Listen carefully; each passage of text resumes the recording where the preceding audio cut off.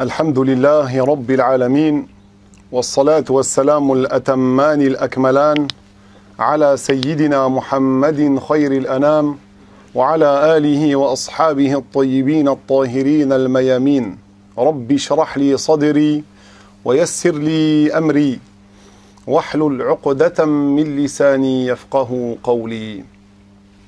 L'imam At-Tirmidhi nous rapporte que le prophète sallallahu alayhi wa sallam a dit: Man khafa adlaj, wa man adlaja wasal al-manzil, ala inna sil'ata Allahi ghaliyah, ala inna sil'ata Allahi al-jannah.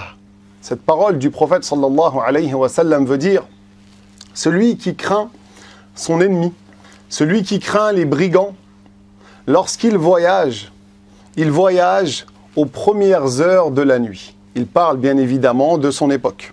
À l'époque, lorsque tu voulais éviter le mal des brigands, le mal de l'ennemi, tu faisais quoi? Tu voyageais durant les premières heures de la nuit, comme ça, tu étais sûr d'arriver à destination. C'est pour ça que le prophète sallallahu alayhi wa sallam nous dit quoi? وَمَنْ أَدْلَجَ وَصَلَ الْمَنْزِلِ. Celui qui fait cela arrivera à bon port. C'est-à-dire que il sera préservé, il aura fait les causes pour se protéger. Ensuite, il nous dit quoi? Ala inna sil'ata Allahi ghaliyah, ala inna sil'ata Allahi al-jannah.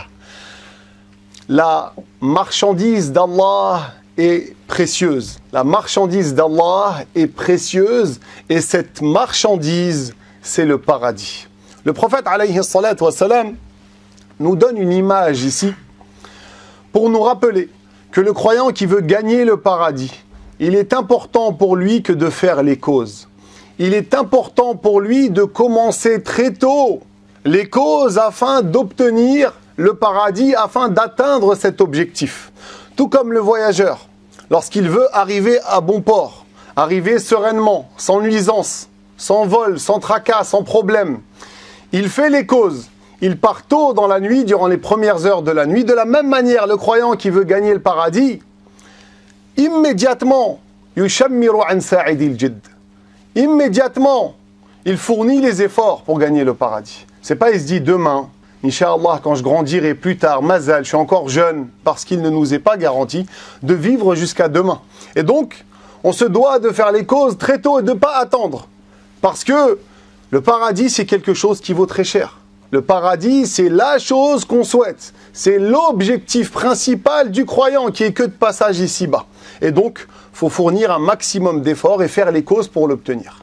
Et nous, par la grâce d'Allah, on fait ces assises de sciences religieuses qui comportent des récompenses afin d'obtenir le paradis. Afin qu'Allah nous honore en entrant au paradis. Parce que la science de la religion, c'est une grande cause pour justement se voir les portes ouvertes du paradis. C'est une grande cause pour obtenir l'entrée au paradis. Et ça, les compagnons du prophète sallallahu alayhi wa sallam l'avaient parfaitement compris. C'est d'ailleurs pour ça que Abdullah ibn Abbas, le cousin du prophète sallallahu alayhi wa sallam, lorsque le prophète est décédé alayhi salatu wa sallam, il avait environ 13 ans. Abdullah ibn Abbas, malgré sa jeunesse, il allait voir les grands compagnons du prophète sallallahu alayhi wa sallam pour quérir la science auprès d'eux. Il allait devant la maison d'un compagnon, devant la porte d'un compagnon. Il mettait son châle, et il posait son châle, il s'allongeait et il attendait. Ça lui arrivait même de faire des siestes en plein désert. Ça lui arrivait même de faire des siestes devant la porte en plein désert. Et des fois, il y avait des tempêtes de vent, il y avait du sable, il y avait de la poussière qui arrivait sur son visage. Et malgré ça, il patientait. Parce qu'il savait pourquoi il était là. Ensuite, le grand compagnon en question ouvre la porte après un certain temps, après la sieste de Abdullah ibn Abbas. Et il le voit dans cette situation. Il lui dit, Ala arsalta ilayya fa'atik. Il lui dit, mais pourquoi tu n'as pas envoyé quelqu'un pour qu'il m'appelle et je serais venu à toi? Alors Abdullah ibn Abbas, lui qui était modeste, lui qui était jeune, lui qui était sincère, et lui qui savait pourquoi il venait, il lui a dit, Ana haqqu an atiya ilayk li ajli al-ilm. C'est prioritaire que moi, je me déplace à toi pour la science de la religion, parce que la science, c'est toi qui te déplaces vers elle. La science, tu te déplaces vers elle et c'est pas elle qui vient à toi.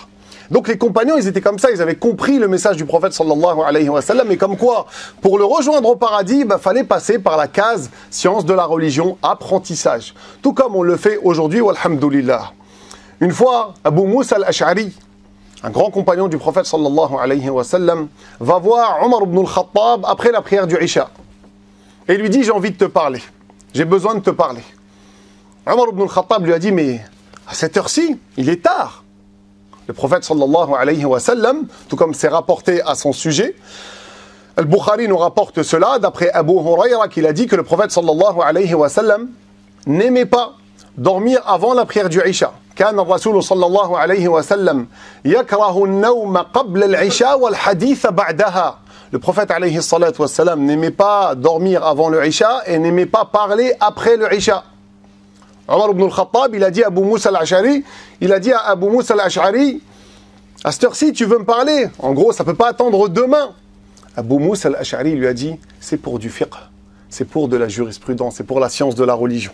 Alors Omar ibn al-Khattab a accepté, bien évidemment, et toute la nuit, ils ont parlé. Toute la nuit, ils ont parlé de la science de la religion.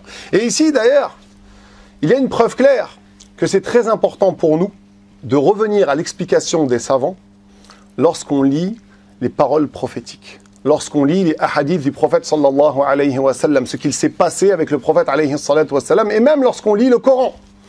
Parce que là, dans le hadith rapporté par Al-Bukhari d'après Abu Hurayra, le prophète sallallahu alayhi wa sallam n'aimait pas parler après la prière du Isha. Donc si on applique cela dans tous les cas, eh ben on ne va pas parler après la prière du Isha. Mais en réalité, il y a des exceptions. Et c'est d'ailleurs pour ça que Omar ibn al-Khattab a parlé toute la nuit avec Abu Musa al-Ash'ari. Ces exceptions sont citées, expliquées par les savants. Comme Nawawi qui nous dit que parmi les exceptions, parmi les situations dans lesquelles finalement ce ne sera pas déconseillé de parler après la prière du Isha, il y a le fait de réviser la science de la religion, de réciter du Coran, de faire du dhikr, de faire des du'as. Mais aussi de parler avec ton invité, de lui rentrer la joie dans son cœur. Parler avec ta femme, tes enfants.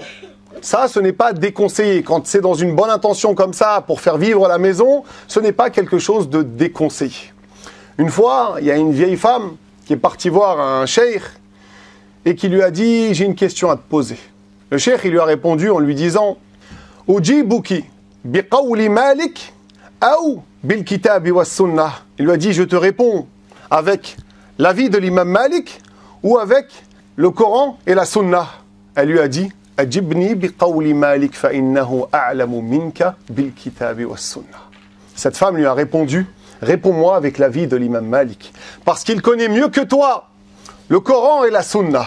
Regardez l'intelligence de ces gens-là. Et donc la science, c'est vraiment quelque chose de très important et on doit remercier Allah pour cette occasion qu'il nous donne de se réunir dans la mosquée pour apprendre la science de la religion, ou du moins pour la réviser et pour améliorer sa compréhension. Aujourd'hui, Inch'Allah Ta'ala, on commence un nouveau chapitre après avoir fini l'introduction de Mukhtasar al-Akhdari, de ce grand savant algérien Abdurrahman al-Akhdari. Après avoir fini l'introduction, maintenant on rentre dans le premier chapitre, le chapitre qui concerne at-tahara, la purification. La purification, c'est quelque chose de fondamental dans notre religion. La purification, c'est vraiment quelque chose de très important parce que elle est en soi une ibadah, une adoration. Et elle a une particularité, c'est que elle est aussi en même temps une condition de validité pour d'autres actes d'adoration.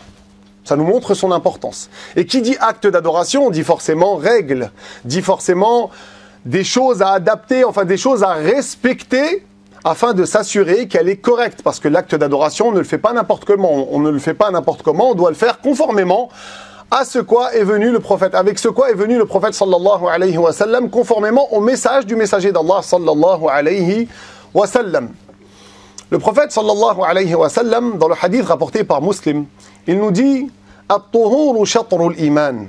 Il nous dit que la purification représente la moitié de la foi. C'est-à-dire que c'est quelque chose de grand, d'immense, qui fait mériter beaucoup de hasanat. Ensuite, il nous dit quoi? Ensuite, le prophète sallallahu alayhi wa sallam nous dit « Walhamdulillahi tamla'u al-mizan ». Walhamdulillahi tamla'u al-mizan.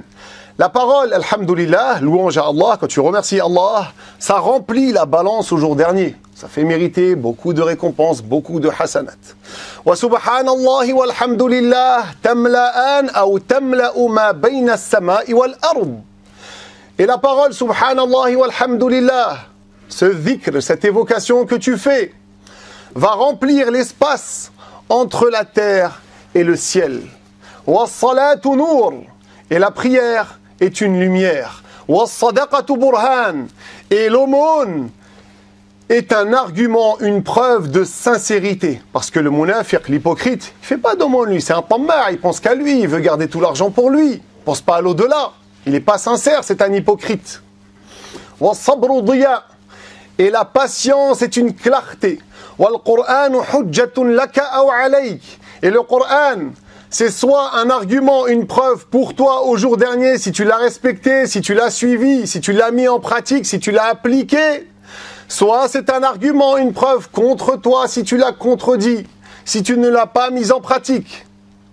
Ensuite, le prophète sallallahu alayhi wa sallam nous dit « Kullun nasi yaghdou, faba'i'un nafsah, famu'tiquha, aw mubiquha » Toute personne, tout homme, toute personne fait le commerce de son âme chaque matin.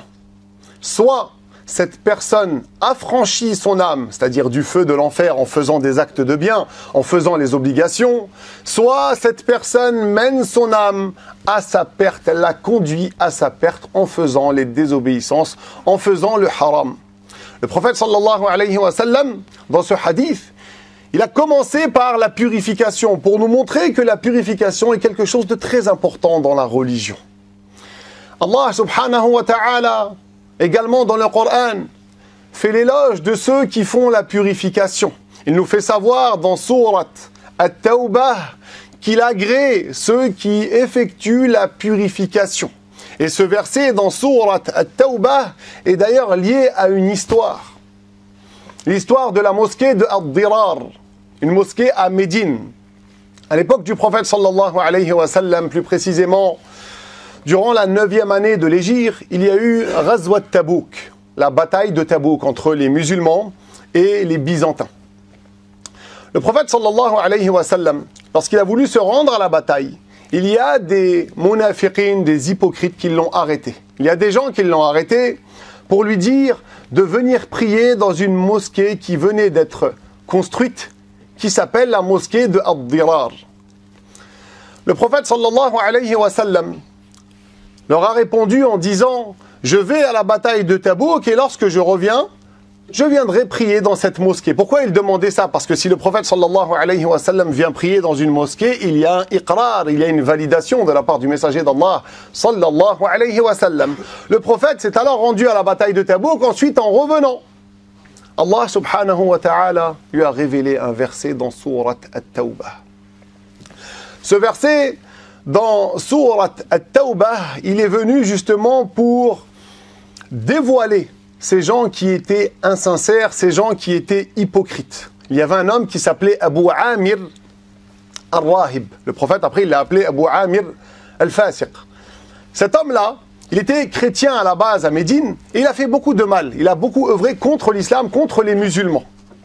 Et il était hypocrite et il a monté la tête à des gens et à des hypocrites pour qu'ils fassent une mosquée justement à Dirar pour ne pas aller à la mosquée de Quba, qui était la première mosquée du prophète sallallahu alayhi wa sallam, qui a été construite lorsque justement il arrivait à Médine. Ils ont voulu construire cette mosquée de Ad-Dirar pour disperser les musulmans, pour affaiblir les musulmans. Ils n'étaient pas sincères. Le prophète sallallahu alayhi wa sallam au début ne savait pas, il avait accepté de prier dedans. Et après, finalement, lorsqu'il est revenu de la bataille, Allah subhanahu wa ta'ala, il les a dévoilés et il lui a révélé ce verset dans Surat At-Tawbah qui dit « La taqum fihi abada » Ne te tiens jamais debout pour faire la prière dans cette mosquée. La masjidun ussisa ala taqwa min awwali yawmin ahaqqu an taquma fihi fihi rijalun yuhibbuna an yatatahharu wallahu yuhibbul mutahhirin. Ce verset veut dire quoi? Ce verset veut dire ne te mets pas debout pour faire la prière dans cette mosquée, dans la mosquée de Ad-Dirar. Car certes, une mosquée qui a été construite, qui a été fondée depuis le début sur la piété, est bien plus prioritaire. pour que tu ailles faire la prière dedans. Il s'agit ici de la mosquée de Quba, justement. Dans cette mosquée, il y a des hommes qui aiment se purifier et Allah agrée ceux qui effectuent la purification.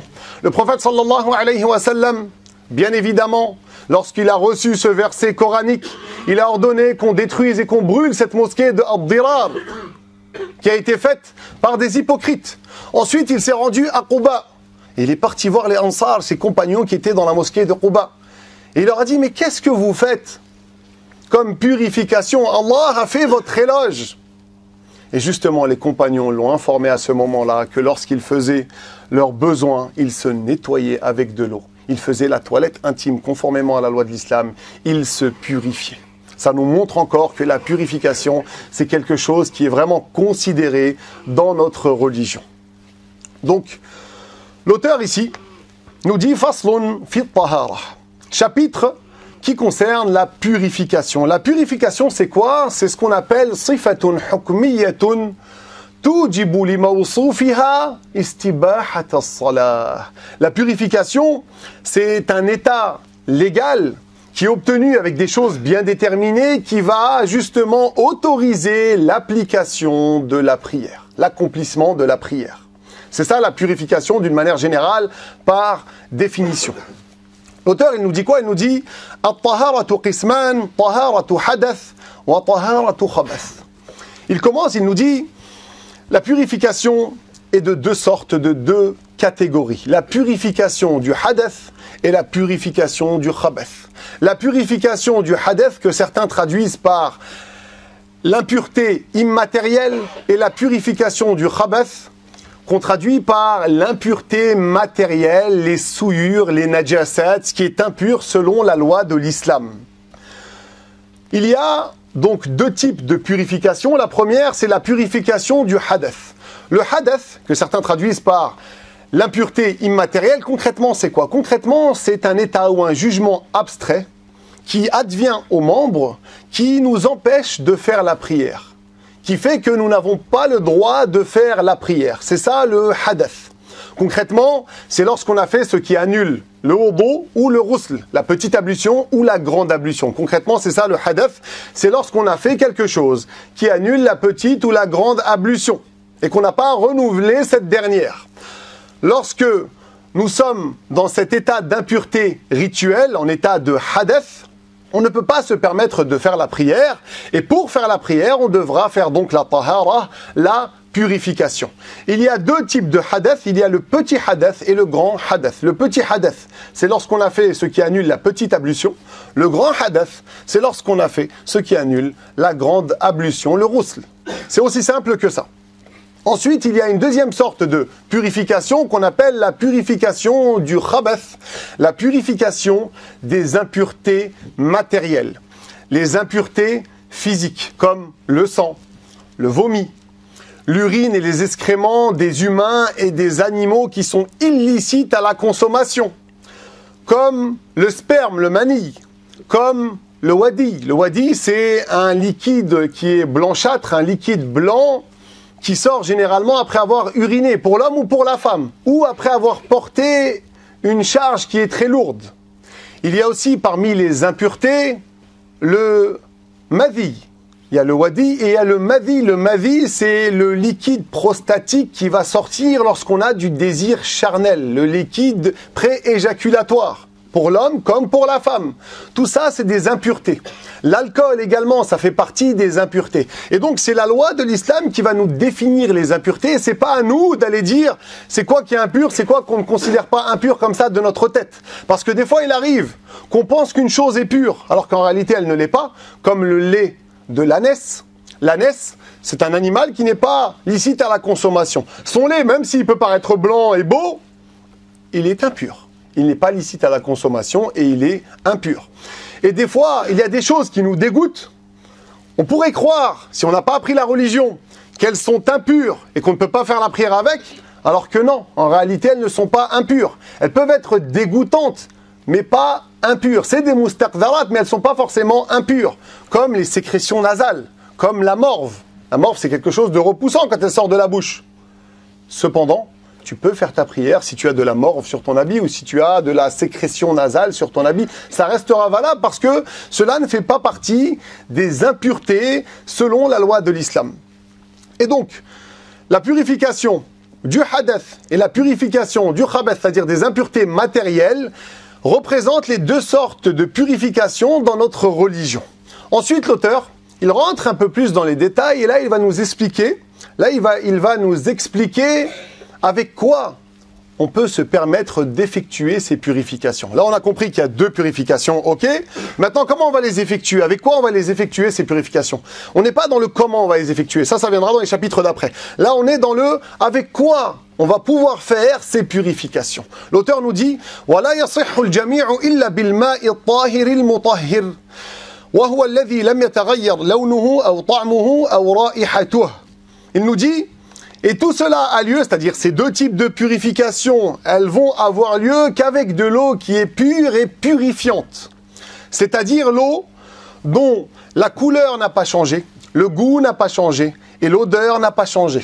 Ensuite, il donne un peu plus de détails, il détaille un peu plus, il nous dit بما يفارقه غالبا كالزيت والسمن والدسم كله والوذح والصابون والوسخ ونحوه ولا بأس بالتراب والحمأة والسبخة والآجر ونحوه. Il nous dit quoi?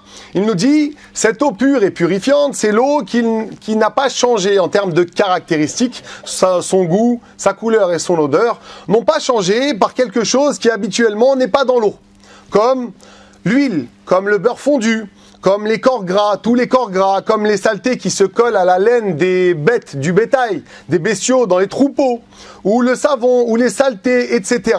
Ce qui est de cet ordre. Ensuite, il nous dit, par contre, il n'y a pas de problème, il n'y a pas d'inconvénient lorsque l'eau va se mélanger avec de la terre, ou avec du sel, ou avec de la vase, avec les terrains salés, la terre saline, ou la mousse, ou les algues, ou les nénuphars, etc., ce qui est de cet ordre, car ces choses-là sont des choses qui sont toujours en contact avec l'eau et qui se développent dans l'eau.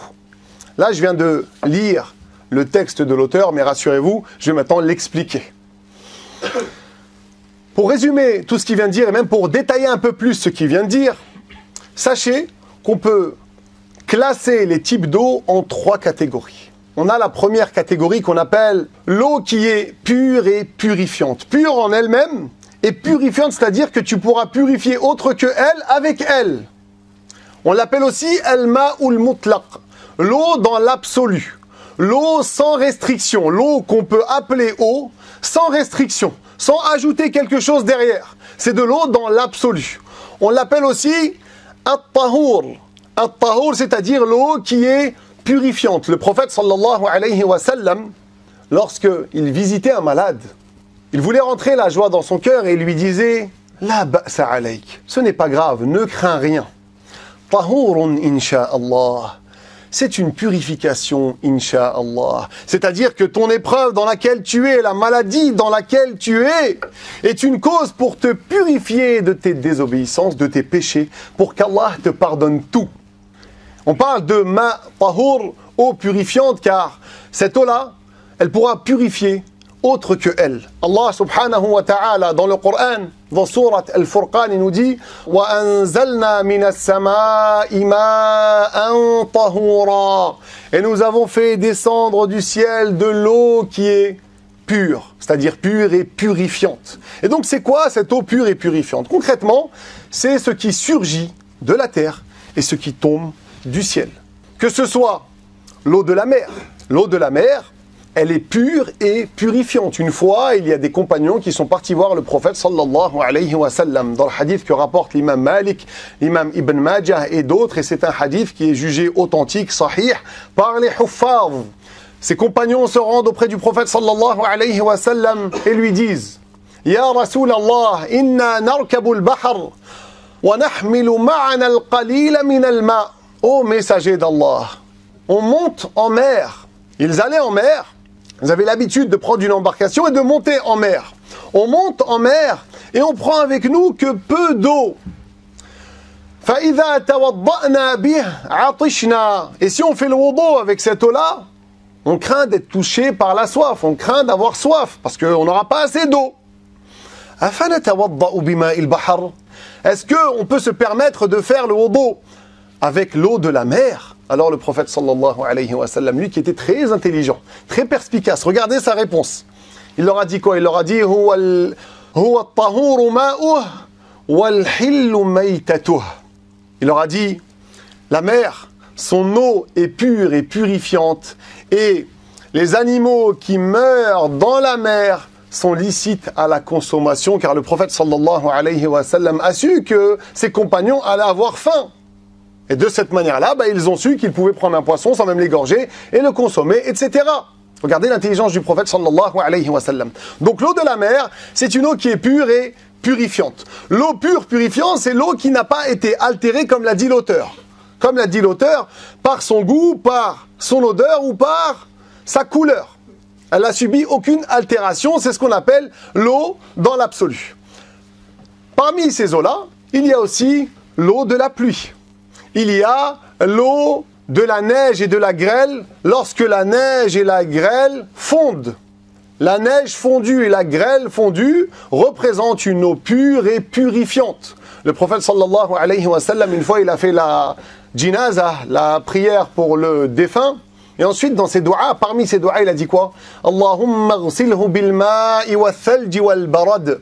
Oh Allah, lave ce défunt, si on traduit littéralement, lave ce défunt avec l'eau qui est pure, avec la neige et avec la grêle. Les savants, lorsqu'ils expliquent ce hadith, comme Al-Khattabi, les savants qui nous expliquent ce hadith, comme Al-Khattabi, nous disent que le prophète sallallahu alayhi wa sallam a cité les trois pour montrer l'insistance. C'est-à-dire que, oh Allah, pardonne à ce défunt et efface-lui tous ses péchés. Parce que c'est une image ici, c'est une métaphore que le prophète sallallahu alayhi wa sallam utilise. Parce que lorsque tu vas laver quelque chose avec de l'eau, et après avec la neige lorsqu'elle a fondu, et après avec la grêle, à plus forte raison, ça sera encore plus propre. Alors le prophète sallallahu alayhi wa sallam a utilisé cette expression, cette métaphore.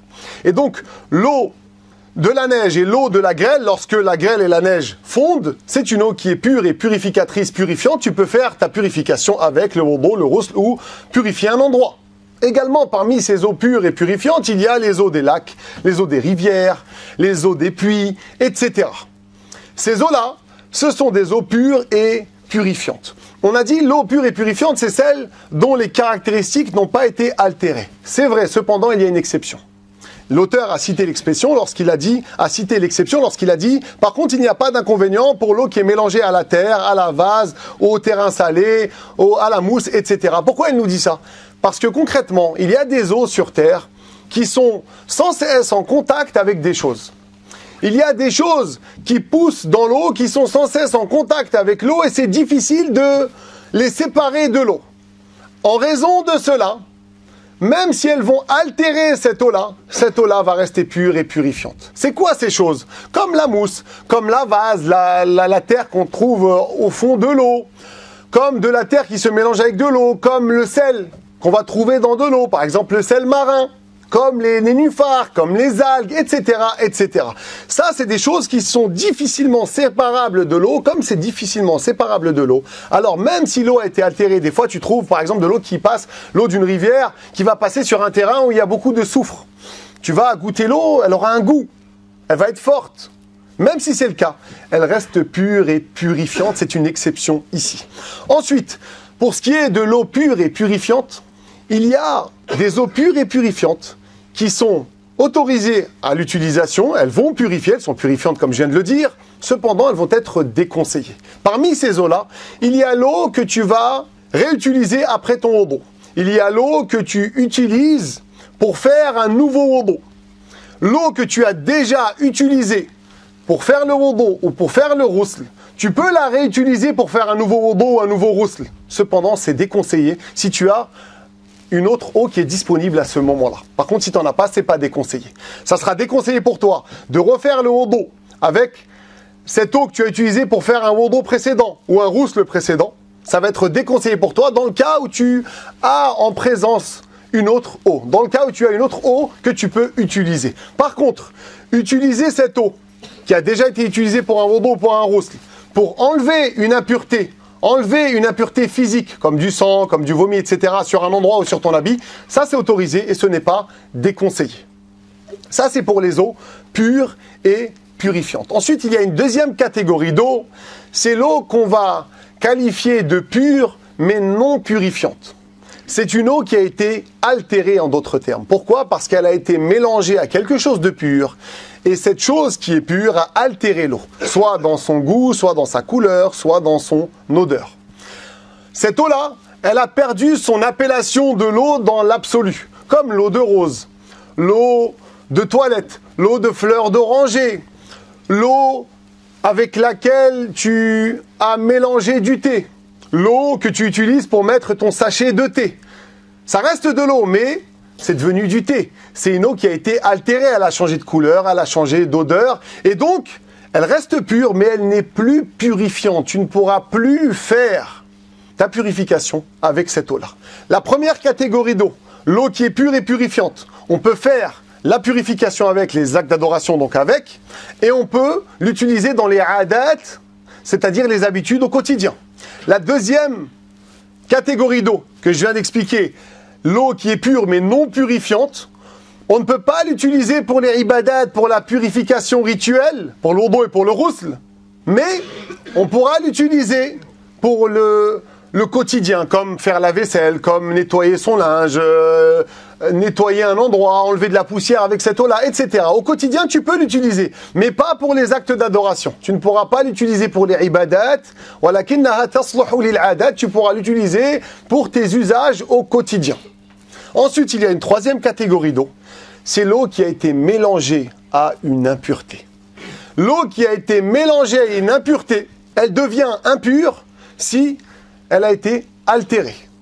Si elle n'a pas été altérée et que c'est une eau en petite quantité, dans ce cas-là, une eau en petite quantité, ici, ça veut dire l'eau que tu utilises pour faire le wudu ou pour faire le rousl. Dans ce cas-là, elle reste pure et purificatrice, mais c'est déconseillé de l'utiliser si tu as en présence de toi une autre eau que tu peux utiliser. Donc la troisième catégorie d'eau, c'est l'eau qui a été en contact avec une impureté. Cette eau-là qui a été en contact avec une impureté, la troisième catégorie, c'est l'eau qui a été en contact avec une impureté et qui a été altérée avec cette impureté. Cette eau-là, elle devient non purificatrice, elle devient impure et non purificatrice. On ne peut pas l'utiliser ni pour les actes d'adoration, pour faire notre purification, ni au quotidien. Tu ne vas pas te souiller avec de l'impureté, tu ne vas pas te salir avec de l'impureté. Cette eau-là, tu vas l'utiliser, soit tu vas la jeter, soit tu vas l'utiliser par exemple pour arroser les plantes, ou arroser un arbre. Ça tu peux, et après s'il y a des fruits qui sortent de l'arbre, les fruits restent purs, les fruits seront purs, il n'y a pas de problème à ce niveau-là. Ça c'est pour la troisième catégorie, la catégorie de l'eau qui est impure. Ensuite, cette impureté, comme j'ai dit, lorsque elle rentre en contact avec de l'eau, mais qu'elle n'altère pas l'eau, dans ce cas-là, si c'est une eau en petite quantité, l'eau qu'on utilise pour faire le wudu ou pour faire le rousl, elle reste pure et purifiante, mais il est déconseillé de l'utiliser si tu as une autre eau. Par contre, si c'est une eau en grande quantité et qu'elle n'a pas été altérée par l'impureté, dans ce cas-là, il n'y a pas de problème à l'utiliser pour la purification. Elle est pure et purifiante et ce n'est pas déconseillé que de l'utiliser. Ça, c'est pour les trois types d'eau. Donc l'auteur ici, c'est ce qu'il nous a dit. Il nous a dit quelle est donc l'eau qu'on peut se permettre d'utiliser et quelle est l'eau qu'on ne peut pas utiliser. Ensuite, l'auteur passe à un autre chapitre. Il nous parle maintenant de l'impureté.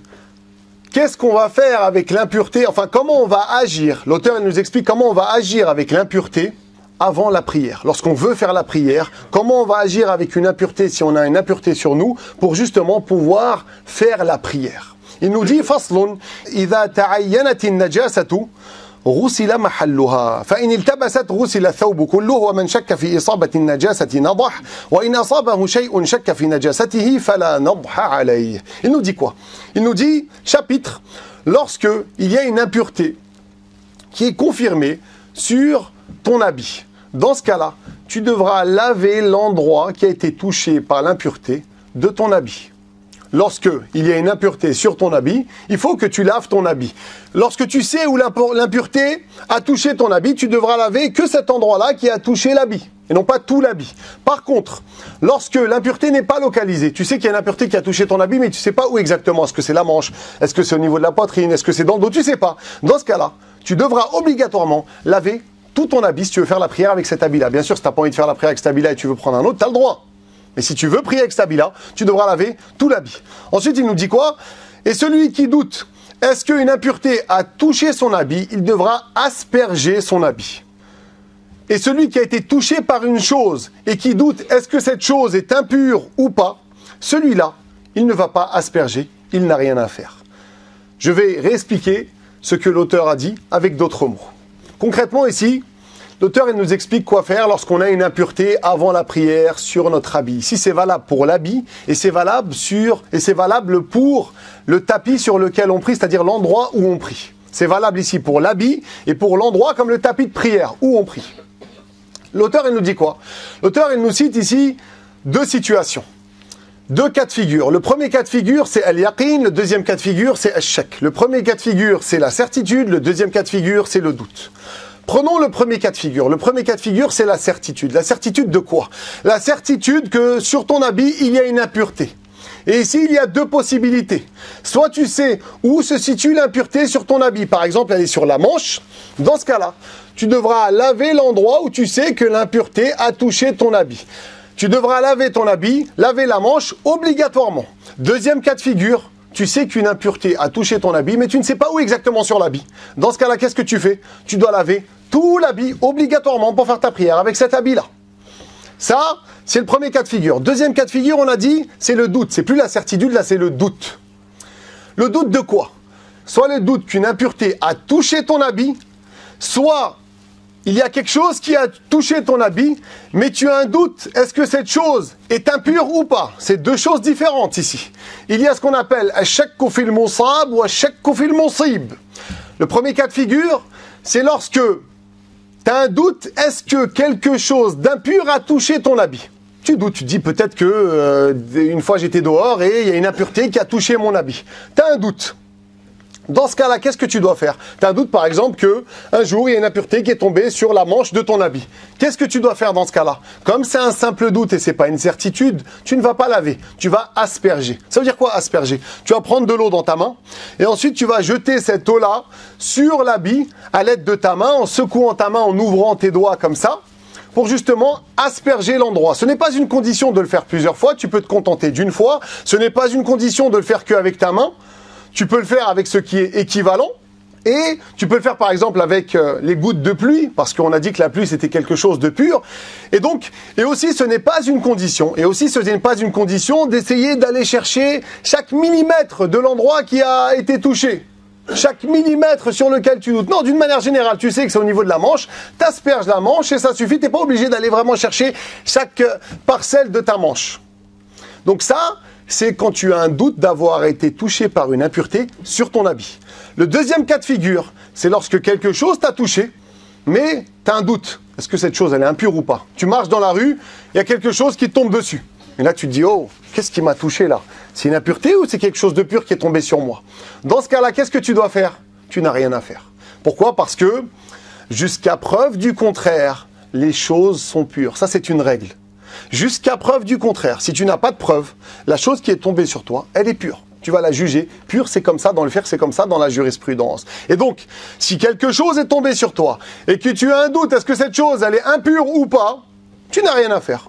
Tu peux prier avec cet habit. Il n'y a aucun problème. Ça, donc, c'est pour ce qui est de l'impureté avant de faire la prière.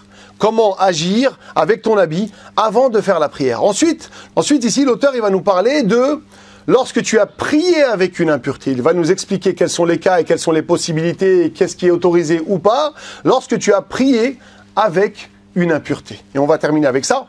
Il nous dit وَمَنْ تَذَكَّرَ النَّجَاسَةَ وَهُوَ فِي الصَّلَاةِ قَطَعَ إِلَّا أَنْ يَخَافَ خُرُوجَ الْوَقْتِ وَمَنْ صَلَّى بِهَا نَاسِيًا وَتَذَكَّرَ بَعْدَ السَّلَامِ أَعَادَ فِي الْوَقْتِ. Il nous dit quoi? Il nous dit, et celui qui s'est rappelé qu'il avait une impureté sur lui en étant dans la prière, alors il coupe sa prière, il interrompt sa prière, sauf s'il a peur que le temps de la prière sorte. Sauf s'il a peur que la prière va sortir de son temps. Et celui qui a prié avec l'impureté en ayant oublié et qui s'en est rappelé qu'après avoir passé le salam, qu'après la salutation finale, celui-là, il va refaire sa prière fil waqt. Il va refaire sa prière s'il est encore dans le temps de la prière d'une manière recommandée. J'explique avec d'autres mots ce que l'auteur veut expliquer ici, veut dire ici. Pour ce qui est de prier avec une impureté, nous avons concrètement deux situations. La première situation, c'est que tu pries avec une impureté, en sachant que tu as une impureté sur ton habit, ou sur ton corps d'ailleurs, et que tu fais cela volontairement, en ayant ça à l'esprit, et en ayant eu la capacité d'ôter cette impureté, ou de prier avec d'autres habits, ou de prier à un autre endroit. Tu pries avec une impureté, alors que tu aurais pu faire autrement, tu aurais pu te nettoyer, et tu avais ça à l'esprit, tu n'as pas oublié, ça c'est le premier cas de figure. Qu'en est-il de ta prière dans cette situation? Elle est batila, elle n'est pas valable, et tu commets un péché. Oui, il est vrai que dans l'école de l'imam Malik, il y a un second avis qui est aussi mashhour, qui est aussi répandu, parce que le mashhour, ça veut dire ma kathura qa'ilo, c'est-à-dire qu'il y a beaucoup de savants malikites qui ont donné cet avis-là, qui ont cité cet avis-là. Il est vrai que dans l'école malikite, il y a un second avis qui nous dit que enlever l'impureté pour la prière, c'est simplement recommandé et c'est pas obligatoire. C'est vrai qu'il y a un avis comme ça. Cependant, le premier avis qui dit que c'est obligatoire, il est plus fort en termes de preuves. Et bien pire que cela, bien plus que cela. Les savants qui disent que c'est simplement recommandé d'ôter l'impureté pour faire la prière, ce qu'ils visent par là, c'est que ta prière va rester valable. Cependant, les savants malikites sont en accord sur le fait de dire que celui qui fait sa prière volontairement avec une impureté, en ayant ça à l'esprit, alors qu'il avait la capacité de l'enlever, celui-là commet un péché, il tombe dans le haram, tout comme Al-Maziri le rapporte d'après le Qadri Abdil Wahhab, ce grand savant malikite qui est mort en 422 de l'Hégire, un grand savant de Bagdad qui est mort en Égypte. Donc il faut faire attention ici. C'est pas parce que il y a un second avis qui est aussi mashhour, qui est aussi répandu dans l'école, qui dit que c'est simplement recommandé d'ôter, d'enlever l'impureté pour faire ta prière, que tu vas aller prendre cet avis-là, parce que cet avis-là, il te dit que tu commets un péché si tu n'enlèves pas l'impureté, alors que tu en avais la capacité, que tu as prié avec cette impureté volontairement. Mais l'avis qu'on donne dans la fatwa, l'avis répandu dans l'école, l'avis le plus fort dans l'école, en termes de preuves, c'est que c'est une obligation lorsque tu vas faire ta prière, que d'enlever les impuretés de ton corps. Et si tu fais ta prière avec une impureté sur tes habits ou sur ton corps, ta prière ne sera pas valable et tu devras la recommencer. Ensuite, le deuxième cas de figure, c'est lorsque tu rentres dans ta prière avec une impureté, mais que tu as oublié. Et là, il y a deux situations. Tu as oublié et tu t'en rappelles pendant la prière, ou tu as oublié et tu t'en rappelles qu'après la prière. Dans la première situation, tu as oublié que tu avais une impureté sur toi, et pendant la prière, subhanallah, tu dis, mais j'ai une impureté sur moi. Dans ce cas-là, tu vas arrêter ta prière. L'auteur il nous a dit quoi? Sauf si tu crains la sortie du temps de la prière. En fait, l'auteur ici, il n'a pas cité toutes les conditions, c'est un livre résumé. En réalité, il y a 5 conditions pour que tu arrêtes ta prière dans cette situation. Dans la situation dans laquelle tu es rentré dans ta prière, tu as oublié que tu avais une impureté, et pendant ta prière, tu t'en rappelles. Tu vas arrêter ta prière sous 5 conditions. C'est quoi ces conditions? La première, c'est que tu aies porté l'impureté. Si tu n'as pas porté l'impureté, ta prière n'est pas annulée. Si tu l'as portée, là tu vas arrêter la prière parce que tu auras fait quelque chose qui annule la prière, ta prière sera annulée. Porter l'impureté, c'est comme si tu t'es rappelé que tu avais dans ta poche un mouchoir avec de l'urine par exemple. Tu avais une impureté dans ta poche, tu l'as donc forcément portée, elle était dans ta poche, ou par exemple c'était un châle que tu portais, dans ce cas-là, tu arrêteras ta prière. Donc la première condition pour arrêter ta prière, c'est que tu aies porté l'impureté. Mais si tu ne l'as pas portée, comme lorsque tu es dans ta prière et un bébé vient à toi et te fait un câlin, il a une couche, il a peut-être des impuretés dans sa couche, et il te fait un câlin. Il a une couche, il a des impuretés dans sa couche, mais tu ne l'as pas porté. Il t'a juste fait un câlin. C'est lui qui porte l'impureté, c'est pas toi. Dans ce cas-là, ça n'annule pas ta prière. Même si tu es en train de faire le tashahhud et il te fait un câlin ou il accroche ta jambe quand tu es debout, il a une impureté sur lui, il est en train de la porter, mais c'est lui qui la porte, c'est pas toi. Donc dans ce cas-là, tu ne vas pas annuler ta prière, tu ne vas pas arrêter ta prière. La deuxième condition, c'est quoi? C'est que l'impureté istaqarrat alayk, elle se soit stabilisée sur toi. S'il y a une impureté qui est tombée, par exemple, tu es en dessous d'un arbre, il y a une impureté qui tombe, et directement elle part, elle rebondit sur toi et elle tombe. Elle reste pas sur toi. Dans ce cas-là, tu ne vas pas arrêter ta prière. La troisième aussi condition, c'est que cette impureté ne fasse pas partie des impuretés qui sont ma'foun anha, qui sont tolérées. Parce que dans l'école malikite, il y a des impuretés qui sont tolérées pour la prière. C'est les impuretés qui sont en petite quantité. Le peu d'impureté dans la prière va être toléré chez les malikites. C'est quoi le peu d'impureté? Le peu d'impureté, c'est l'équivalent au dirham al-baghli. Le dirham ou al-baghli, c'est l'équivalent de la tache noire qu'on trouve habituellement sur l'avant-bras du mulet. C'est une petite tache. Certains savants ont dit que c'était l'équivalent de l'empreinte digitale de l'humain, du doigt de l'humain, etc. C'est donc une petite quantité. Et ça, c'est valable dans l'école malikite que pour le sang ou pour le pu. Que pour le dam ou pour le qayh. Ce n'est pas valable pour l'urine.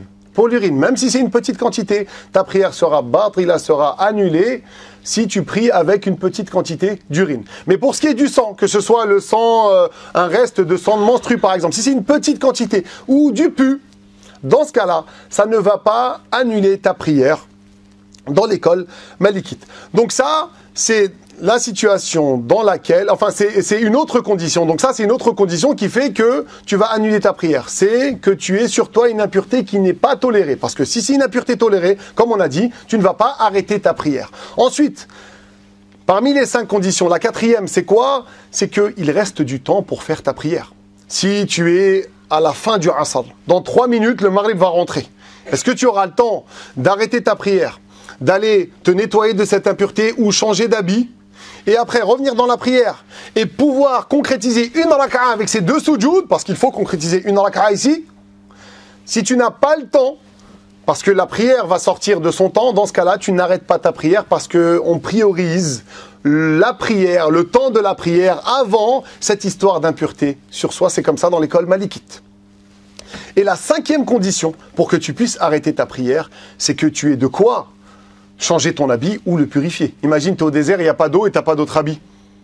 Comment tu fais? Et cet habit-là, c'est pour couvrir ta zone de pudeur. Dans ce cas-là, pourquoi tu vas arrêter ta prière? Parce que même si tu l'arrêtes, tu ne vas pas pouvoir corriger cette impureté. Comment tu vas faire? Donc dans ce cas-là, tu ne l'arrêtes pas. C'est les 5 conditions pour justement pouvoir arrêter sa prière.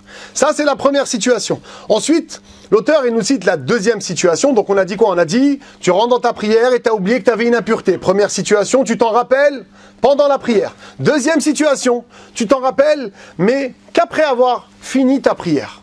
Dans ce cas-là, qu'est-ce que tu fais? Dans ce cas-là, il sera recommandé pour toi de refaire ta prière si tu es encore dans le temps de la prière. Qu'est-ce que ça veut dire dans le temps de la prière ici chez les malikites? A'ada fil waqt.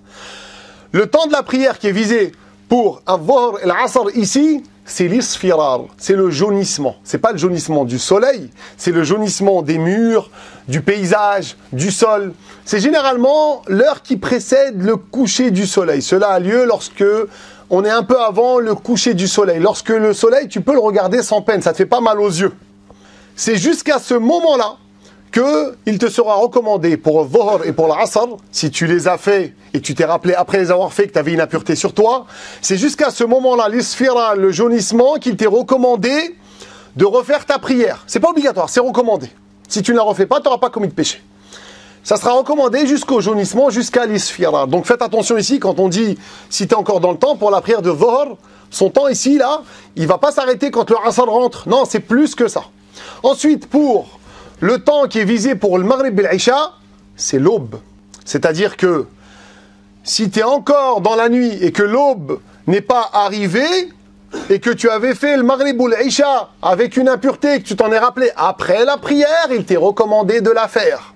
Mais ce n'est pas obligatoire. Donc ici, faites attention, le temps pour le Maghrib ici, c'est pas quand le Isha rentre. Non, c'est jusqu'à l'aube, il t'est recommandé de la faire. Ensuite, pour As-Subh, la prière du matin, c'est jusqu'à le lever du soleil qu'on appelle Ash-Shuruq, lorsque le soleil s'est bien levé. Ça sera recommandé pour toi de la refaire. Donc ici, l'auteur, il nous a présenté ces situations et il nous a expliqué quoi faire lorsque on est dans ces situations-là dans lesquelles on a une impureté, soit avant la prière, soit pendant la prière. Cette impureté-là, on se doit de la purifier avec quoi on a dit, comme on l'a dit tout à l'heure, avec de l'eau qui est pure et purifiante. Lorsqu'on va purifier avec de l'eau pure et purifiante l'impureté, s'il reste une trace, des fois il y a des impuretés qui sont coriaces, ce n'est pas grave. S'il reste une trace, ce n'est pas grave. Comme le rapporte l'imam Ahmad une fois, il y a une femme qui s'appelle Khawlah bintu Yasar, qui est partie voir le prophète sallallahu alayhi wa sallam, qui lui a dit, pendant le hajj ou pendant la umrah, comme c'est cité dans le hadith. Elle lui a dit, Ya Rasulallah, laysa li illa thawbun wahid, wa ahidu fiyah. Elle lui a dit, ô messager d'Allah, j'ai qu'un habit, et lorsque j'ai mes menstrues, je porte cet habit-là. Le prophète sallallahu alayhi wa sallam, il lui a dit quoi? Il lui a dit, فَإِذَا طَهُرْتِ فَغُسِلِي مَوْضِعَ الدَّمِ ثُمَّ صَلِّي فِيهِ. Il lui a dit, lorsque tu n'as plus tes menstrues, lorsque tu es en état de purification, de pureté, alors purifie l'endroit où il y a le sang avec de l'eau pure purifiante et fais ta prière avec ton habit. Alors la femme a dit au prophète sallallahu alayhi wa sallam, Ya Rasulallah, illam yakhruj atharuh, ô messager d'Allah, mais s'il reste encore une trace. Alors le prophète sallallahu alayhi wa sallam lui a dit, Yakfikil ma la yadurruki atharuh. Il lui a dit, l'eau te suffit et il n'y a pas de nuisance pour cette trace. Ce qu'on a expliqué avec la prière, avec l'habit, ici, ce qu'on a expliqué avec la prière pour ce qui est des impuretés, des souillures, ici, ce que vise l'auteur, c'est l'habit, comme j'ai dit tout à l'heure, et la sajjada, le tapis de prière sur lequel tu pries. On ne parle pas de notre peau, de notre corps, et on ne parle pas ici de la nourriture. Il ne faut pas tout confondre. On ne parle pas aussi ici de la nourriture. Ça, c'est des autres jugements. Pour ce qui est de la peau, pour ce qui est de ton corps, si tu as un doute, est-ce que une impureté a touché ton avant-bras ou pas, par exemple, dans ce cas-là, tu devras laver. Dans cette situation-là, le fait d'asperger ne va pas suffire. Tu devras laver ton avant-bras ici, dans cette situation-là. On peut se poser la question, mais pourquoi c'est différent? Pourquoi c'est pas le même jugement que les habits? Pourquoi les habits, on les lave pas tout comme on lave le corps, quand on a un doute? Pourquoi les habits, on peut se permettre d'asperger? Les savants ont répondu à ça. Les savants malikites ont dit que, parce que les habits, ils sont sujets à l'usure. À force de laver, à force de faire des machines, à force de passer de l'eau, ton tapis de prière, tes habits, ils vont prendre un coup. Ils vont changer, ils vont être altérés, ils vont devenir usés, ils vont s'esquinter. Alors que ta peau, t'as beau la laver tous les jours, elle reste intacte. Allah la préserve. Et donc c'est pour cette raison. Ensuite, pour ce qui est de la nourriture, les fuqaha, les savants nous disent que si tu as un doute d'une nourriture qui est à la base halal, tu as un doute. Si tu as un doute, est-ce qu'une impureté a touché ta nourriture qui est de base halal? Dans ce cas-là, il n'y a pas de nuisance. Même si ta nourriture, c'est de la viande. Tu as ton assiette, c'est de la viande ou c'est une autre nourriture qui est halal de base.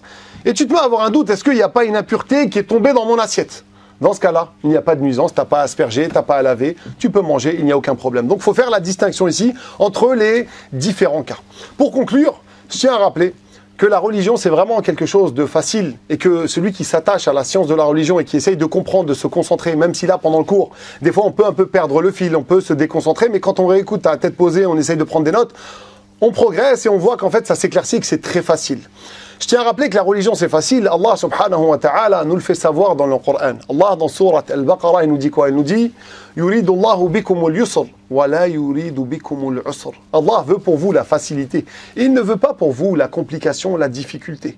Et dans un autre verset, dans sourate Al-Hajj, Allah, il nous dit quoi? « Wa ma ja'ala alaykum fi d-dini min haraj. » Wa ma ja'ala alaykum fi d-dini min haraj. Allah n'a pas mis de gêne dans la religion pour vous. La religion, c'est pas quelque chose de compliqué. Oui, des fois, tu dois fournir des efforts, mais c'est faisable. C'est ça le message, c'est que c'est faisable. Dans d'autres communautés qui nous ont précédés, d'autres communautés, d'autres prophètes par le passé, lorsque leur habit était touché par une impureté, par une souillure, ils se devaient de quoi? Ils se devaient de couper l'habit. Il devait à ce moment-là couper la partie qui a été touchée par l'impureté. Nous, Allah nous a facilité dans la Ummah de Muhammad sallallahu alayhi wa sallam, on peut se permettre de purifier tout simplement avec l'eau qui est pure et purifiante. Et quand on parle de purifier, quand on parle de laver, ici, ce qui est visé par là, c'est faire couler l'eau. C'est pas juste tu vas humidifier ta main ou tu vas prendre un chiffon qui est un peu mouillé et tu vas frotter, tu vas voir que c'est parti, les caractéristiques sont parties, tu vas dire c'est bon, c'est pur. Non, pour que ce soit pur selon la loi de l'islam, il faut que les caractéristiques soient parties et il faut qu'il y ait justement l'écoulement de l'eau. Il faut qu'il y ait cet écoulement de l'eau, que ce soit accompagné avec ta main ou même sans ta main si tu arrives à faire couler, ou que ce soit avec le pommeau de douche par exemple. Il faut qu'il y ait cet écoulement d'eau pour que justement on parle de lavage, on parle de nettoyage qui est valable pour la purification. On va s'arrêter là incha'Allah ta'ala et la prochaine fois on continuera le chapitre qui concerne la petite ablution al-wudu walhamdulillahi rabbil alamin wa akhiru da'wana alhamdulillahi rabbil alamin wa ahsanallahu ilaykum.